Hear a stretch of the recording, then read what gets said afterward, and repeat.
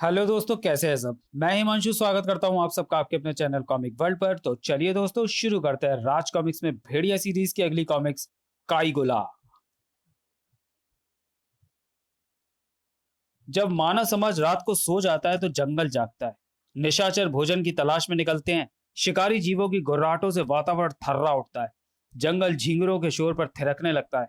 चांद और तारे इस रहस्यमय संसार पर प्रकाश डालने की असफल कोशिश करते हैं, मगर इस फिजा का रोमांचक एहसास वन्य जीवन को निकट से जानने वाले ही करते हैं। जैसे भेड़िया, जिसके जंगली खून में रात का रहस्यमय रोमांच नशा बनकर घुल जाता था। जैसे जेन, जो प्रकृति का यू रूप देखकर मुग्ध हो जाती थी। तभी आकाश में खिसती चली गई वो चमकीली रेखा। जेन, वो देखो, तारा टूटा। वैज्ञानिक मत के अनुसार टूटते तारे धूमकेतु के पिंड होते हैं, जो ब्रह्मांड में चक्कर काटते हुए सैर सौर मंडल से गुजर रहे होते हैं। इनकी गति इतनी तेज होती है कि ये आधे सेकंड से भी कम समय में हमारी आंखों से ओझल हो जाते हैं। मगर जंगल में टूटते तारों का देखा जाना अशुभ माना जाता है। अब चलना चाहिए। इधर जंगल में अचानक ही गीदड़ों का रोना तेज हो गया। ठीक उसी समय उल्लू ने अपने शिकार का पेट फाड़ डाला। एक अभागे हिरण की गर्दन टाइगर के जबड़ों में आकर टूट गई। एक खरगोश अजगर के मुंह में समा गया। हिस्स। डाली पर बैठा एक बंदर चीख मारकर नीचे गिर पड़ा। ची ची।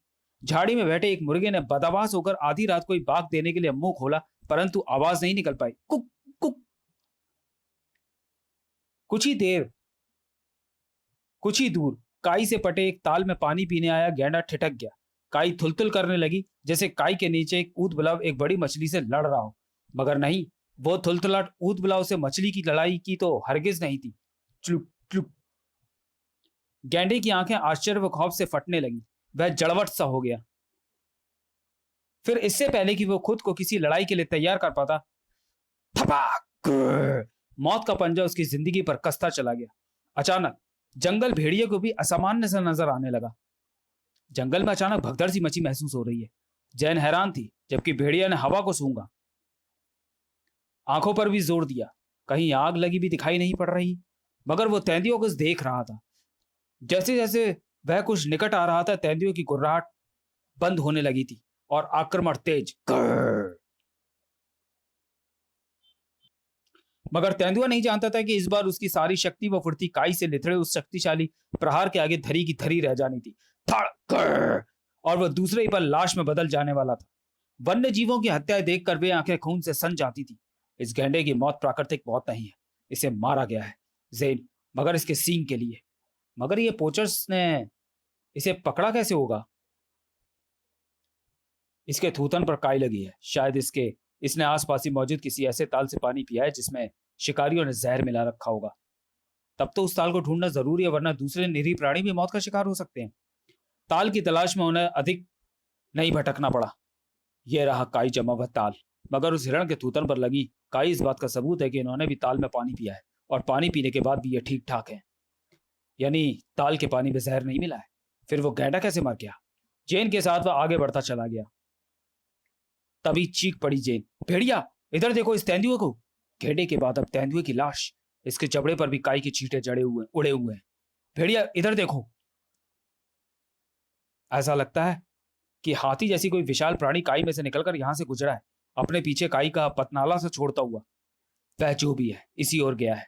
तुम किले पर पहुंचो जैन। अब भेड़िया उसे लाश में बदलने उस ओर जा रहा है, उस ओर जहां निरीह प्राणियों के साथ मौत का खेल खेला जा रहा था। चिया! हाथी फंस गया, इसे तीर मारकर बेहोश करो ताकि इसके दांतों को काटा जा सके। जंगल में आज हर ओर शिकारियों की दहशत थी। 2 चीतल मारे गए। सटाक! खरगोशों का शिकार तुम्हें गुलेल चिल्लाकर भी कर लेता हूं। रात में सोए हुए मोरों को मार गिराना कितना आसान है। भेड़िया के जंगल के कानून की धज्जियां सरेआम उड़ाई जा रही थी, जिसे वह हरगिज बर्दाश्त नहीं कर सकता था।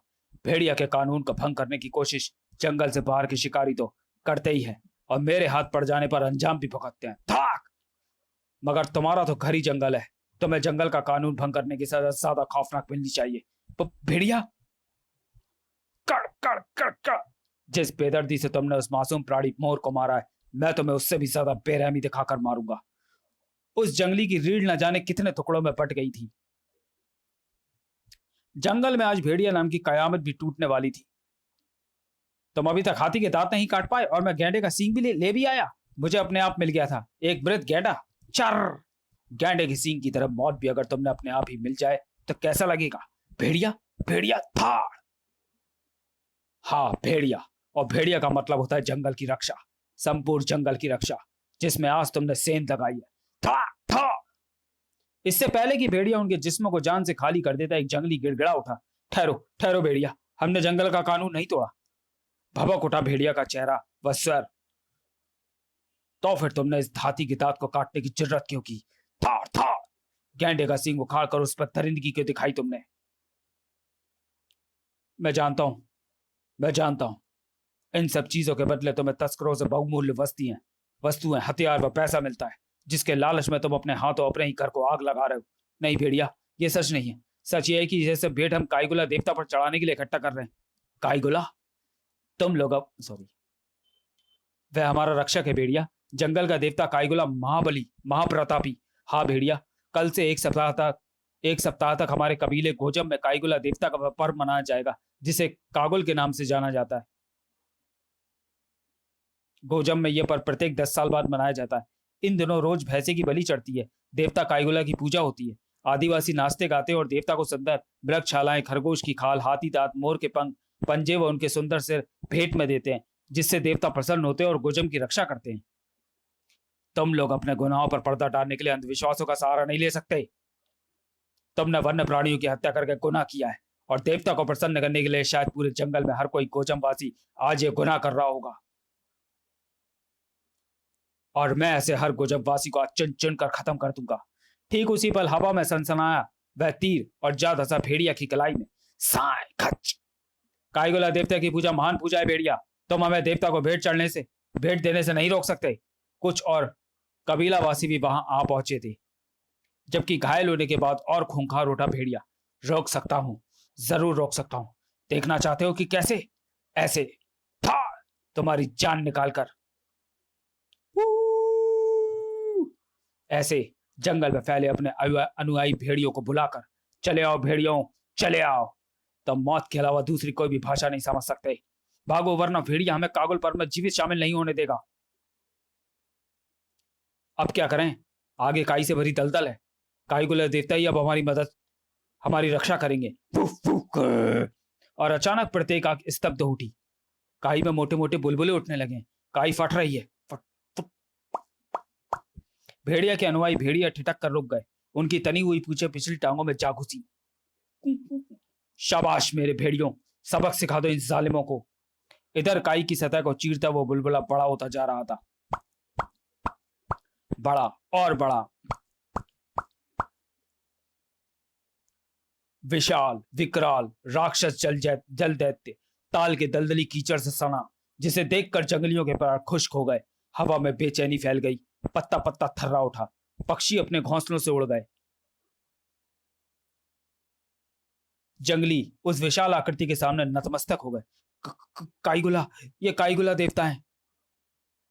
भेड़िया जो कुछ देख रहा था उसे अपनी आंखों पर विश्वास नहीं हो रहा था। काईगुला देवता? असंभव, नामुमकिन। यह नाम कोरा अंधविश्वास है। मैं अभी अपनी इस बात को साबित कर दूंगा। भेड़िया की शक्तिशाली ठोकर काईगुला को हिला तक ना पाई थी। उसे ऐसा एहसास हुआ जैसे उसने वे प्रहार किसी कोई जमी चट्टान पर किए हो। खच! कोई और पत्थर का बना लग रहा है ये तो।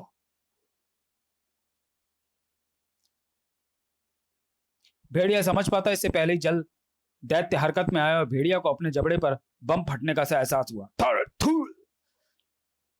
इसके प्रहार के बाद मेरे जबड़े पर ढेर सारी काई चिपक गई है। ओह, कहीं इसी ने तो नहीं मारा था गैंडे और तेंदुओं को भी। भेड़िया ने अपनी पूंछ बढ़ाकर लपेट लिया उस हरे दैत्य को। उसकी चिकनी गर्दन पर पूंछ फांसी के फंदे के रूप में तो नहीं कस सकी थी, मगर भेड़िया के लिए खतरनाक साबित हुआ, क्योंकि उसकी पूंछ अब काईगुला के हाथ में आ गई थी। थरथराती हुई धौकनी सी चल रही थी उस काईगुला की सांसें। तो चलिए दोस्तों, वीडियो को यहीं समाप्त करते हैं और मिलते हैं भेड़िया सीरीज की कॉमिक काईगुला के दूसरे भाग में अगले वीडियो में। तब तक के लिए धन्यवाद।